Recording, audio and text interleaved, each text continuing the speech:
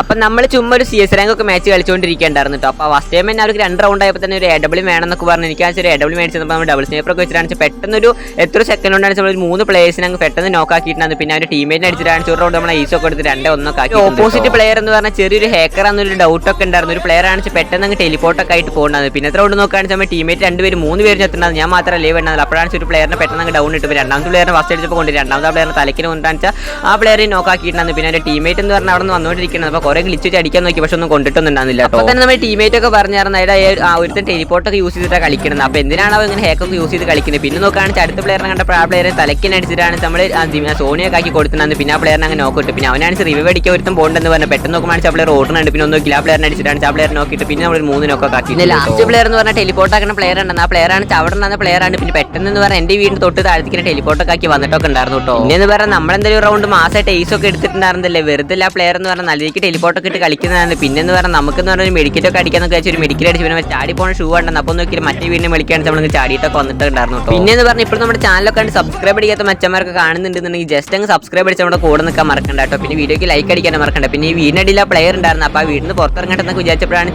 മറ്റേ പെട്രോൾ ബാക്കെന്നാണ് ആ പ്ലെയർ കുറേ ഡാമേജ് ഒക്കെ. അപ്പോൾ ഒന്നുകൂടി മെഡിക്കറ്റൊക്കെ അടിക്കാന്നൊക്കെ വിചാരിച്ചുകൊണ്ടിരിക്കുമ്പോൾ പറഞ്ഞാൽ പെട്ടെന്നാണ് ആ പ്ലെയർ നമ്മുടെ അടുത്ത് നിന്ന് ചാടുന്നുണ്ടായിരുന്നു. അപ്പോൾ നോക്കുകയാണെങ്കിൽ നമ്മൾ തൊട്ട് ബാക്കിലൊക്കെ ആ പ്ലെയർ എത്തിയിട്ടാണ് നമ്മുടെ ബാക്കിൽ നിന്നിട്ടാണ് നമ്മളെ കൊന്നിട്ടൊക്കെ ഉണ്ടാകും. അപ്പോൾ എന്തായാലും ഈ വീഡിയോൻ്റെ പാർട്ട് 2 ആയിട്ട് ഞാൻ പിന്നെ വരും. അപ്പോൾ ലൈക്ക് അടിക്കാത്ത ലൈക്ക് അടിച്ചപ്പോൾ ശരിയെന്നാ.